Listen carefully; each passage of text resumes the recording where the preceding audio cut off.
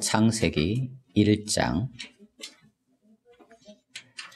24절부터 31절까지 함께 봉독하겠습니다.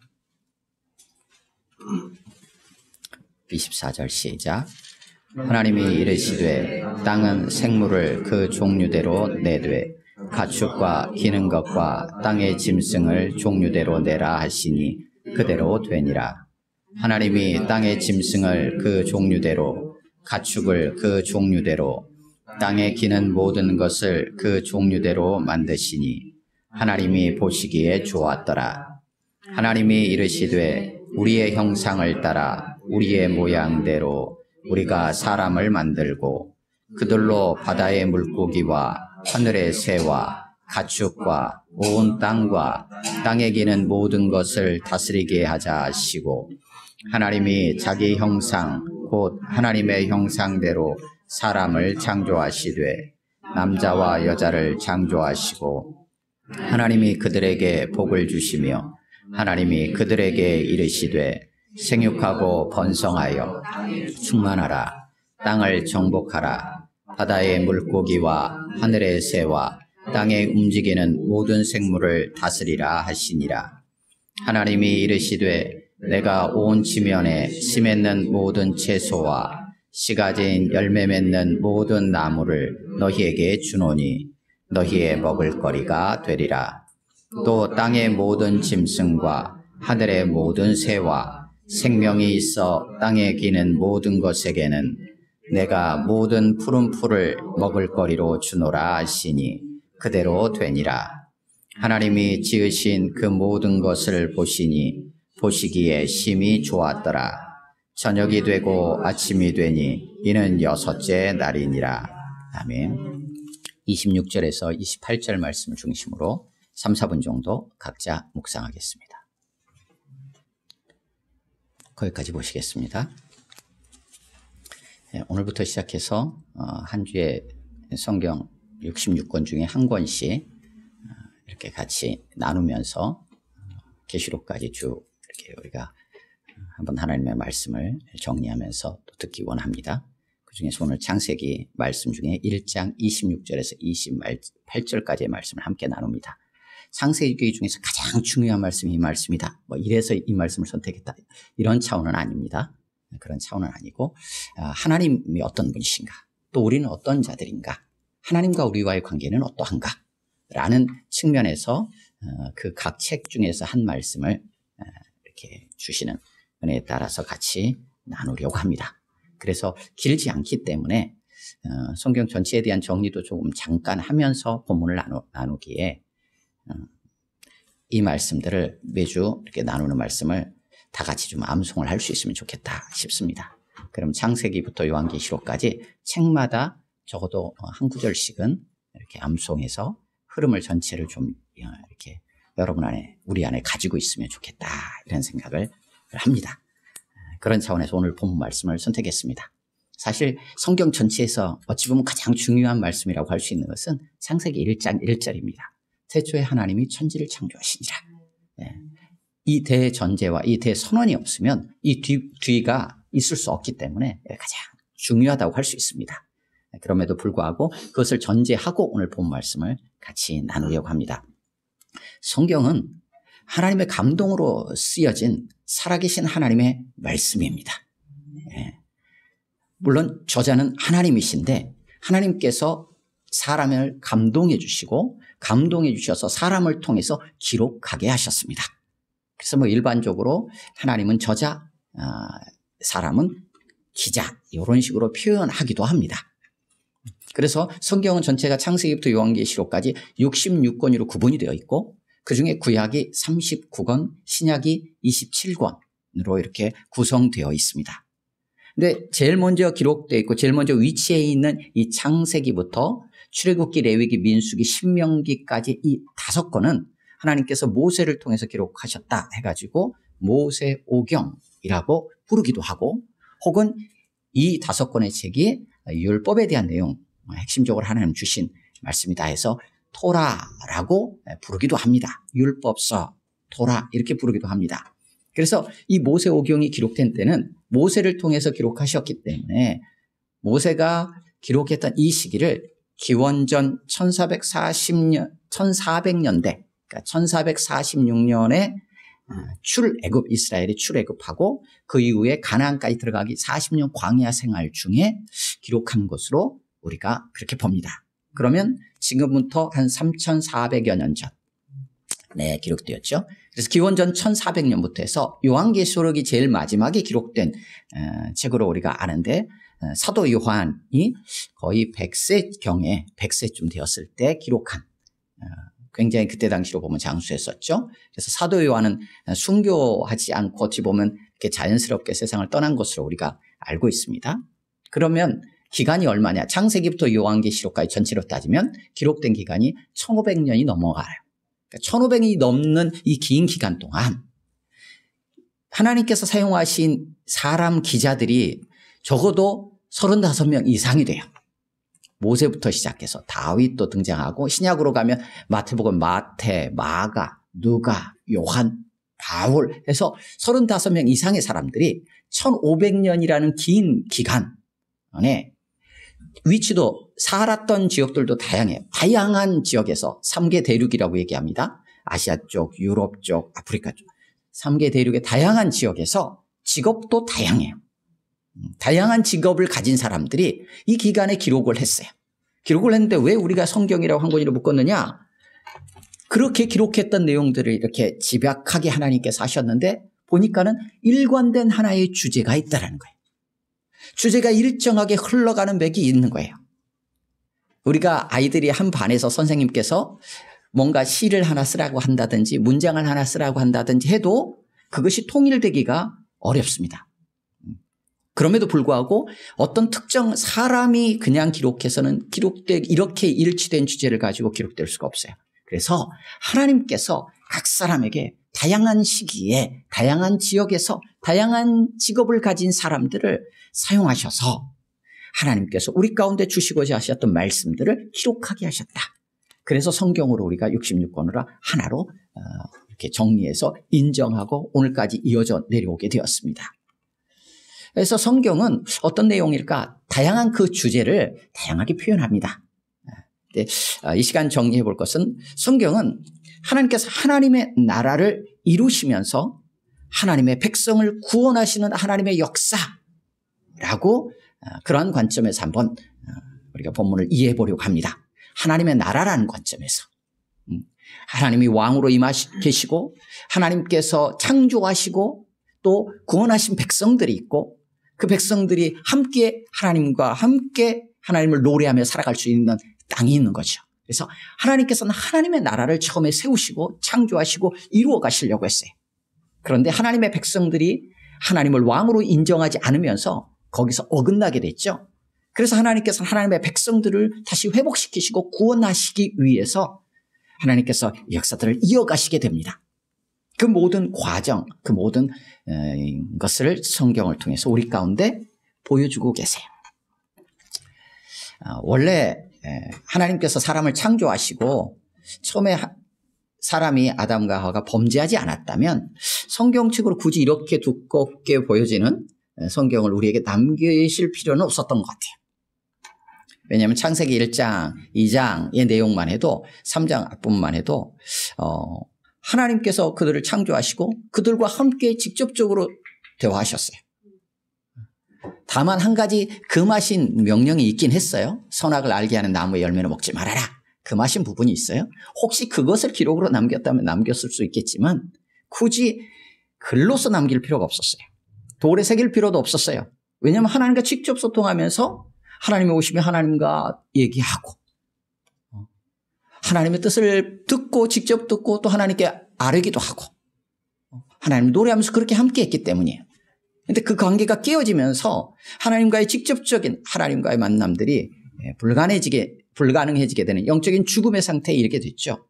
그러면서 하나님께서 하나님의 뜻, 하나님의 마음을 우리 가운데 전달하시고 우리 또한 하나님 앞에 나아갈 수 있는 길들이 필요했어요. 그러면서 이제 기록이라는 것을 통해서 처음에는 이제 구전을 통해서 전달이 됐겠지만 기록을 통해서 또 돌에 새기기도 하고 하면서 오늘까지 이어져 오게 되었다. 이렇게 우리가 생각을 해볼 수 있어요. 그러다 보니까 하나님 나라를 세우시고 하나님 나라 백성을 구원하시는 역사라고 했을 때 하나님께서 나라를 세우시고 인간이 범죄함으로 인하여서 하나님 나라를 세우시는데 백성의 문제가 생긴 거죠. 그래서 구약은 하나님께서 이 백성들을 구원하시겠다. 그래서 구원할 자가 오실 거다라고 해서 메시아가 오실 것이다 라는 것을 약속해 주시는 것이 구약의 내용, 이렇게 이해하죠. 신약의 내용은 바로 약속하셨던 그 구원자 메시아 그리스도가 오셨다. 그리고 그 주님이 다시 오심으로 하나님의 나라가 완성될 것이다 라는 내용이 신약, 이렇게 우리가 이해할 수 있습니다.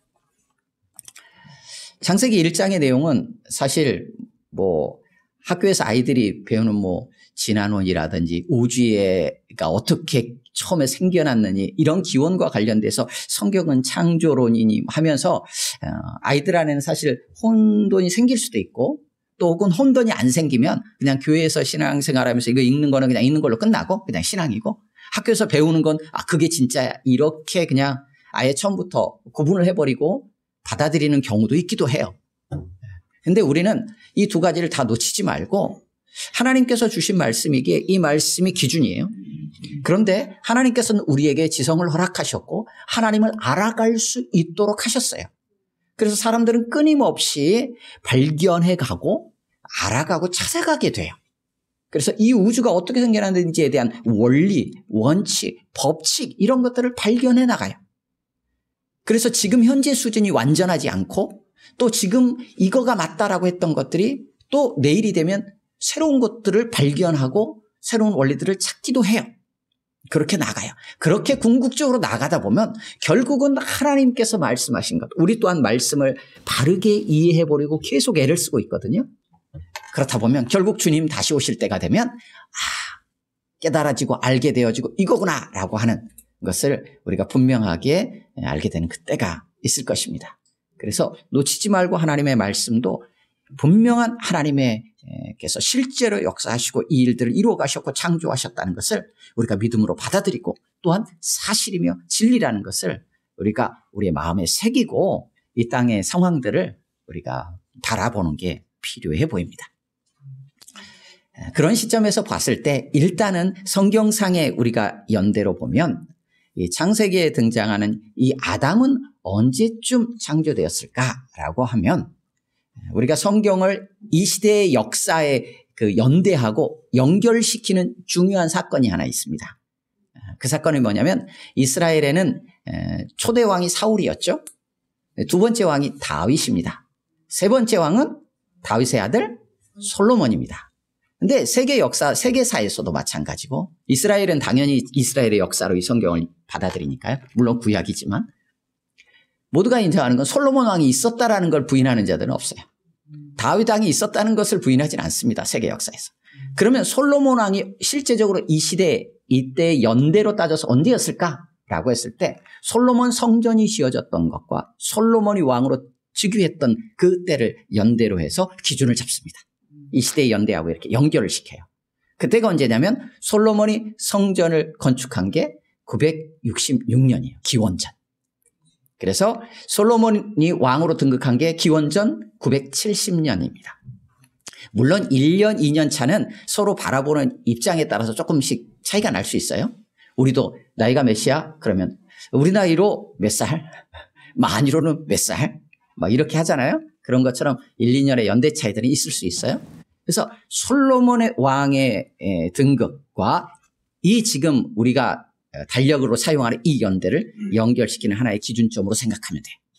그러면 그때로부터 해서 거꾸로 연대를 이렇게 쭉 풀어가기 시작하면 아담까지 연대를 성경 안에는 계산할 수 있게끔 연대를 주셨어요.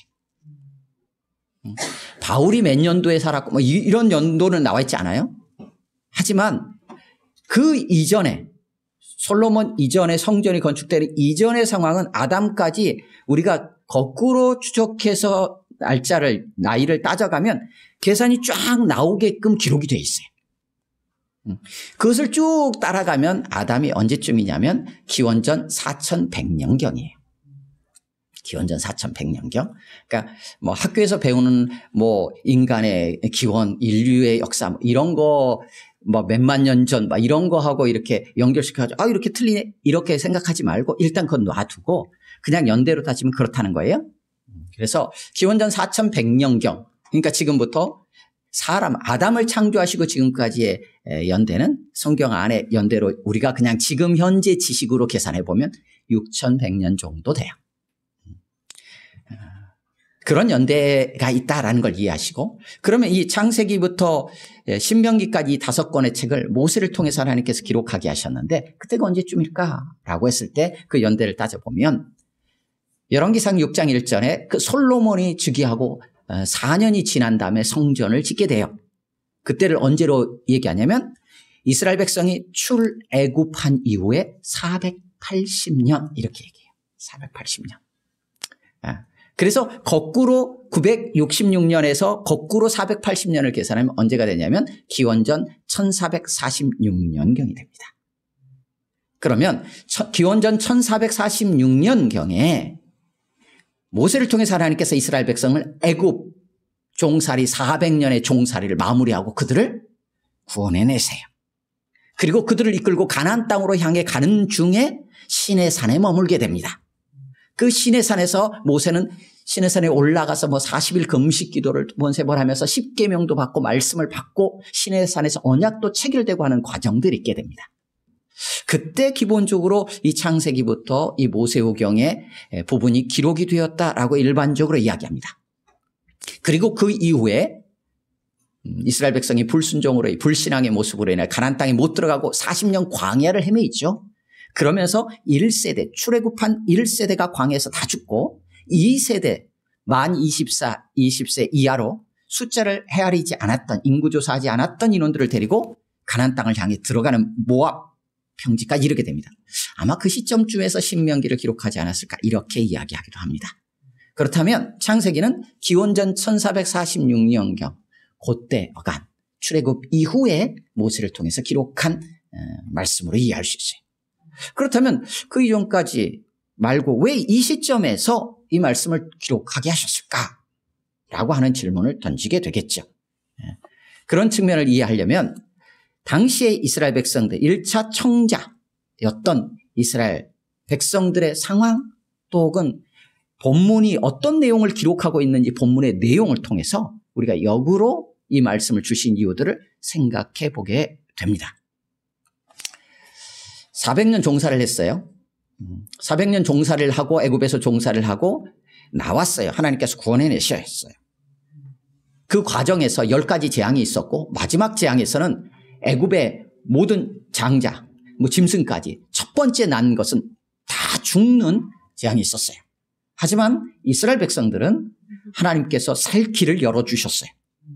어린 양을 잡아 그 피를 문 설주에 바르고 그 집 안에서 그 고기를 밤새 먹고 그리고는 나오게 하셨어요. 그래서 죽음이 넘어갔다 해서 유월절로 지키고 있어요.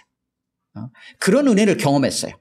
한쪽에서는 죽음이 드리웠고 한쪽에서는 생명을 지켜나가는 역사가 있었던 그 유월절을 경험했고 그들이 출애굽해서 나오는 과정 속에서 홍해를 맞닥뜨리게 되죠.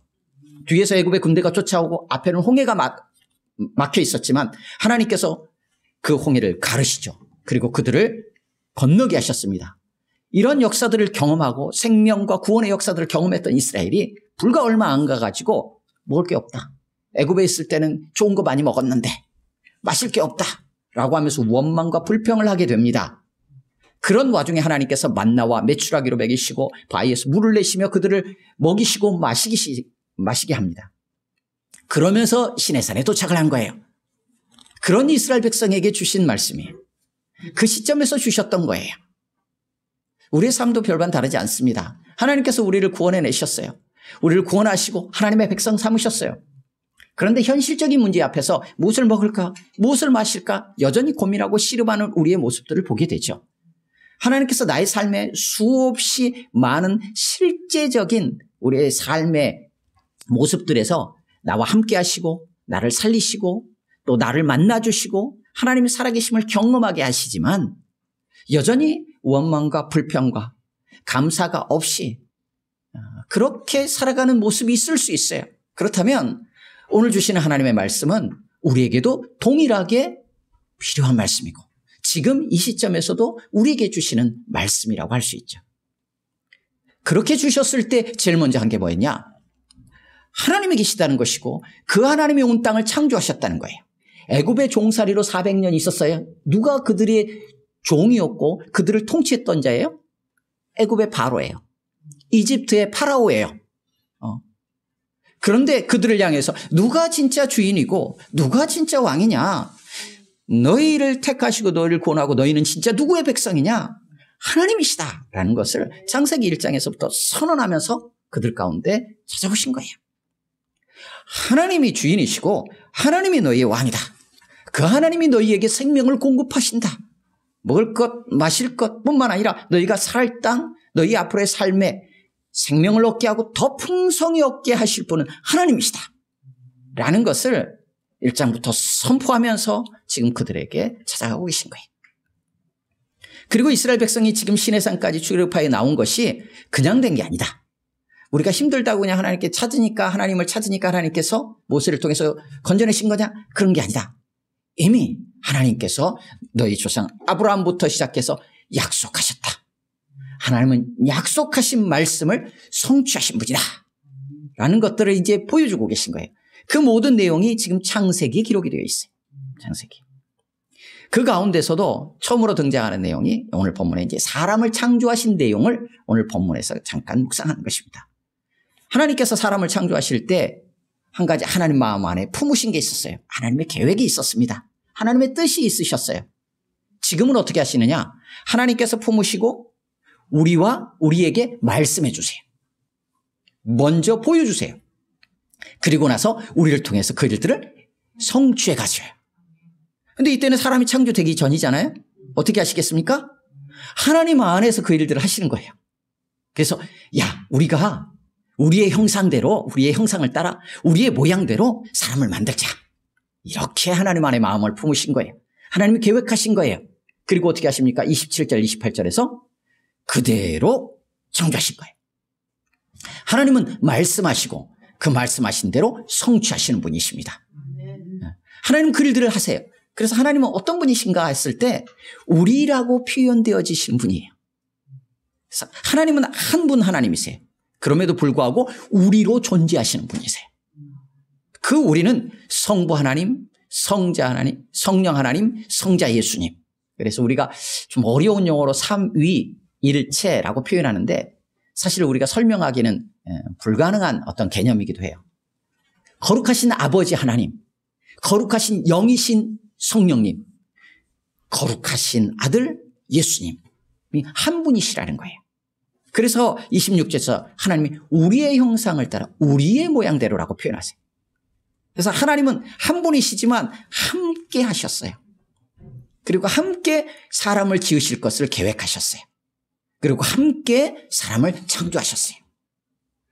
그래서 우리의 형상, 우리의 모양이 과연 뭘까? 형상, 모양 이거에 대한 여러 이게 무슨 의미인지 무엇을 나타내는지 그 뜻을 정확히 알고자 애들을 많이 씁니다. 다양하게 표현들을 해요. 다양하게 표현하지만 오늘 본문 안에서 좀 이해해 본다면 26절은 이렇게 기록하고 있습니다. 26절 같이 읽습니다. 시작. 하나님이 이르시되 우리의 형상을 따라 우리의 모양대로 우리가 사람을 만들고 그들로 바다의 물고기와 하늘의 새와 가축과 온 땅과 땅에 기는 모든 것을 다스리게 하자 하시고. 아멘. 하나님께서 우리의 형상, 우리의 모양대로 사람을 창조하시는데 창조하셔가지고 어떻게 하느냐? 그 사람으로 하여금 온 땅을 다스리게 하려고 하셨어요. 그래서 이 본문 안에서 그냥 이해한다면 형상, 모양에 대한 단어적인 의미를 통해서 이 단어를 이해할 수도 있고요. 또 하나님과 사람과의 어떤 관계성 안에서 이 의미를 찾으려고 하기도 해요. 그런데 이 시간 이 의미를 찾으려고 하는 게 이 본문 안에서 찾으려고 해요. 목적과 관련된 부분으로 찾아보려고 합니다. 그건 뭐냐? 하나님께서 왜 지금까지는 앞에 24절, 25절에 모든 동물들을 어떻게 되면 종류대로 창조하셨어요. 하나님의 형상, 하나님의 모양이라고 안 돼 있어요. 근데 사람은 왜 그렇게 하셨느냐? 그 모든 것을 어떻게 해요? 다스리게 하시려고. 그러면 하나님의 형상, 하나님의 모양은 무엇과 연결될까 했을 때 통치와 연결된다고 이해할 수 있어요. 본문으로 보면. 그러니까 하나님은 통치하시는 분이에요. 다스리시는 분이에요. 창조하실 뿐만 아니라 그 역사를 주관해 나가시고 그 모든 것을 다스리시는 진짜 왕이시라는 거예요. 그래서 다스리시는, 통치하시는 분이 그 모습을 사람에게도 동일하게 부여하셨다. 그것을 하나님의 형상, 하나님의 모양으로 한번 본문을 통해서 이해해 보려고 합니다. 지정의를 가진 사람도 인격적인 존재예요. 하나님과 소통할 수 있는 관계로 지으신 것이고 여러 가지로 우리가 이해할 수 있어요. 그래서 하나님을 닮은 자로. 그래서 그 닮은 구체적인 내용이 뭐냐? 하나님 다스리시는 분인데 우리 또한 다스리는 자로 창조하셨다는 거예요. 그것을 하나님의 형상, 하나님의 모양으로 표현했다. 이렇게 한번 이해해 보려고 합니다. 그리고 27절에서는 그대로 실제로 사람을 창조하십니다. 자기 형상 곧 하나님의 형상대로 사람을 창조하셨는데 남자와 여자를 창조하셨다. 이렇게 기록하고 있어요. 남자와 여자를 창조한 구체적인 내용은 2장에서 좀 더 구체적으로 설명되어 있습니다. 기록되어 있어요. 그러면서 28절에서 다스리게 하는 것과 관련되어서 그 과정을 28절에 사람을 창조하시고 그들에게 복을 주시면서 말씀하세요. 그러니까 이 내용은 뭐냐면 하나님의 형상과 하나님의 모양대로 우리가 창조되었다는 것은 복이에요. 그리고 그 복을 주신 그 구체적인 그 복의 내용을 더 덧붙이자면 그것은 다스리도록 하기 위함이에요. 그러면 28절에서 그것을 복을 어떻게 말씀하시냐면 사명처럼, 명령처럼 우리에게 주셔요. 그러니까 아유, 누군가 나에게 명령을 하면 좀 기분 나빠할 수 있어요. 근데 지금 뭐를 명령하냐면 복을 명령하시는 거예요. 그냥 우리식으로 쉽게 표현하면 복 받아라 이런 내용이에요. 그걸 싫어하는 사람은 없죠. 근데 그걸 구체적으로 28절에서 푸니까 계명처럼 명령처럼 부담스러울 수는 있어요. 근데 내용을 읽어보면 별로 나쁘지는 않아요. 자, 28절 다시 한번 읽겠습니다. 시작. 하나님이 그들에게 복을 주시며 하나님이 그들에게 이르시되 생육하고 번성하여 땅에 충만하라. 땅을 정복하라. 바다의 물고기와 하늘의 새와 땅에 움직이는 모든 생물을 다스리라 하시니라. 아멘. 26절에서 하나님 계획하셨던 건 다스림, 통치였어요. 그런데 다스리고 통치하는 과정에서 하나님께서 하신 일이 뭐냐면 사람을 창조하는 일이었어요. 그럼 통치가 그냥 이루어지느냐? 아니다라는 거예요. 그 과정이 있어요. 그 아담과 하와를 창조하셨는데 아담과 하와가 어떻게 되냐? 생육, 자녀들을 낳아야 되는 거예요. 그리고 어떻게 번성, 늘어나야 돼요, 자녀가. 그리고 어떻게 충만, 온 땅에 가득해야 돼요. 그리고 어떻게 해요? 실제로 정복해야 돼요. 정복한다라는 것을 파괴적이고 폭력적인 개념으로 이해하면 안 돼요. 땅을 밟는다라는 의미예요. 아담과 하와를 통해서 사람이 많이 충만해졌어요. 그 사람들이 그 땅을 밟아서 가야 되는 거 아니에요. 그 땅에 간다는 의미예요. 그 땅에 거한다는 의미예요. 그리고 어떻게 해요? 그래야 다스림이 가능한 거죠. 통치가. 그래서 그 과정을 28절에서는 복으로 주신 거예요. 그런데 문제가 생겼죠? 문제가 생겼어요. 이거는 범죄하기 이전의 모습이에요. 근데 범죄하였어요, 인간이. 하나님과 끊어졌어요. 그러면 어떻게 돼요? 하나님의 형상, 하나님의 모양을 따라서 지음받은 존재에 문제가 생긴 거예요. 다시 말하면 통치의 개념에 문제가 생긴 거예요. 통치권이 소멸됐어요. 왜요? 아담과 하와가 하나님의 말씀을 들어야지 하나님의 통치를 위임받아서 통치를 행사해야 하는 존재가 되어야 했는데 하나님의 말씀을 듣지 않고 뱀을 통해 나타난 사단 마귀의 소리를 들었어요. 그러니까 누가 통치자가 돼버리는 거예요? 사단 마귀가 통치자가 된 거예요. 범죄함으로 인해서 합법적으로 사단 마귀가 통치권을 가져갔어요. 우리가 행사해야 될 통치권을. 그래서 통치권이 사라졌어요. 그래서 하나님께서 그렇게 해서 죄악이 가득하게 되면서 홍수로 심판하시죠. 그래서 창세기 9장에 보면 이렇게 나와 있죠. 이제는 노아에게 뭐라고 복을 주시냐면 오늘 본문하고 똑같은데 달라요. 거기는 생육하고 번성하라. 땅에 충만하라까지밖에 없어요. 정복하라 다스리라가 없어요. 없어요. 충만까지는 하는데 정복 다스림이 없어요. 그래서 어떻게 되느냐? 우리가 하나님과의 관계가 회복이 돼야 돼요. 생명을 다시 얻고 구원을 받아야 돼요. 그래야만 통치권을 우리가 다시 찾아올 수 있어요. 근데 우리 안에서 그 길이 없어요. 그래서 어떻게 하느냐? 하나님께서 예수 그리스도를 이 땅에 보내시고 예수 그리스도께서 십자가의 죽으심으로 우리의 죄를 다 사하셨어요. 그리고 다시 사심으로 사단의 머리를 밟으셨어요. 그를 통하여서 하나님께서 사람으로 오신 예수님에게 하늘과 땅의 모든 권세를 주시게 돼요. 그게 마태복음 28장에 등장해요. 하늘과 땅의 권세를 아버지께서 내게 주셨다. 그러니까 어떻게 하냐, 예수님이 그 권세를 가지고 우리에게 다시 주셔요. 그때 오늘 본문이 어떻게 우리 가운데 예수님을 통해서 재해석되어서 정리가 되냐면, 하늘과 땅의 권세를 내게 주셨으니 너희는 가서 모든 족속으로 제자를 삼아 아버지와 아들과 성령의 이름으로 세례를 주고 내가 너희에게 분부한 모든 것을 가르쳐 지키게 하라 라는 명령으로 주시게 돼요. 그러니까 오늘 본문의 통치의 명령이 마태복음 28장에 생명을 전하는 복음의 통로로서의 명령으로 이렇게 자연스럽게 이어져요. 그렇다면 통치라는 게 뭘까요? 통치라는 게 내 마음대로 부린다라는 개념으로 접근하면 안 돼요. 다스리고 통치하는 건 창세기 1장 28절의 개념으로 한다면 뭐예요? 하나님께서 사람에게 생명을 부여하셨어요. 그리고 온 땅의 동물들을 죽이게 돼 있지 않았어요. 이때는 홍수 심판 이후에 동물들을 먹을 거리로 주신 거예요. 허락하신 거예요. 이때는 그게 아니었어요. 그럼 생명을 죽이는 일을 하는 게 아니에요. 통치권의 근본적인 핵심적인 역할은 뭐냐면, 통치자의 역할은 생명을 계속해서 공급해 주는 거예요. 생명을 얻은 자가 더 풍성한 생명을 얻도록 하는 게 통치권자의 첫 번째 역할이에요. 생사열탈권을 지어가지고 죽이고 살리냐 하는 것을 마음대로 하는 게 통치자가 아니라 생명을 부여하는 자였어요. 근데 통치권을 잃어버리고 죄를 지니까 통치권이 사라졌어요. 그러니까 그 다음에는 이제 막 죽이고 살리냐 하니 인간들, 사람들끼리의 이 통치가 이루어졌어요. 원래는 여기 본문에 나오면 사람이 사람을 다스리라고 하지 않았어요. 사람이 모든 동물들을 다스리는 거예요. 피조세계를 다스리는 거예요. 사람이 사람을 통치하는 게 아니었어요. 근데 범죄함으로 인하여서 사람이 사람을 다스리면서 생명을 풍성하게 하는 역할이 아니라 죽이기도 하는, 생명을 끊는 것들을 자기의 권력으로, 권한으로 삼기 시작한 거예요. 예수님이 오시면서 어떻게 됐어요? 우리에게 생명을 공급해 주셨어요. 참된 통치자 되시죠. 그래서 왕이세요.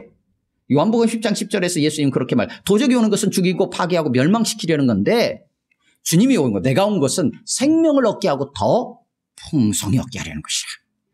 이게 다스림의 핵심적인 내용이에요. 그래서 예수님이 왕으로서 우리에게 생명을 주셨어요. 그리고 더 풍성한 삶을 살게 하셔요. 어떻게? 이 생명이 풍성해지려면 생명이 흘러가야 돼요. 저수지에 물이 고여 있으면 썩어요. 이 물이 흘러가서 계속 물이 내려올 때 더욱더 풍성해지게 돼요. 그래서 마태복음 28장의 지상대위 명령이라고 하는 그 명령을 통해서 생명을 전하는 거예요. 예수 그리스도 생명을 전함으로써 우리는 이 통치권을 행사하는 자가 된 거예요. 하나님 그 일들을 우리에게, 이제 회복된 우리에게 감당할 수 있도록 우리를 주님의 몸인 교회로 불러주신 거예요. 할렐루야. 우리는 하나님께서 이 일들을 하도록 창조하셨어요. 중간에 하나님의 이 일들을 마음껏 누리도록 생명을 풍성하게 하도록 창조하셨어요. 그런데 범죄함으로 이것이 깨어졌어요. 하나님 그것을 회복시키기 위해서 예수 그리스도를 보내셨고, 예수 그리스도 안에서 생명이 우리에게 다시 부여되었고, 하나님의 관계가 회복되었어요. 통치권을 다시 얻게 되었어요. 이 통치권을 사람을 부리는 데 사용하는 게 아니라, 사람을 내 마음대로 하는 데 사용하는 게 아니라, 이 땅에 참 생명인 복음을, 예수 그리스도를 흘려보내고 전하고 그 생명을 나누는 일에 아름답게 쓰임받는 삶을 통하여 이 은혜를, 이 복을 우리는 누리며 살아갈 수 있어요. 이 은혜가 우리의 삶에, 우리의 평생에, 여러분의 삶의 현장에서 넘쳐날 수 있기를 주님의 이름으로 축원합니다. 아멘. 함께 기도합니다. 이 시간 기도할 때 오늘 말씀을 기억하면서 우리가 어떤 자인가, 하나님 어떤 분이신가, 나는 정말로 이 창조의 목적대로 살아가고 있는가, 그리고 우리 자신을 한번 돌아봤으면 좋겠고요. 참된 이 통치권이 회복된 자로, 하나님 관계가 회복된 자로 그렇게 생명을 흘려보내고 풍성한 생명을 우리 가는 곳곳마다 넘쳐나게 하는 아름다운 통로로 쓰임받는 우리가 될 수 있기를 위해서 여러분의 가정과 삶의 자리를 축복하면서 1, 2분 정도 같이 기도합니다.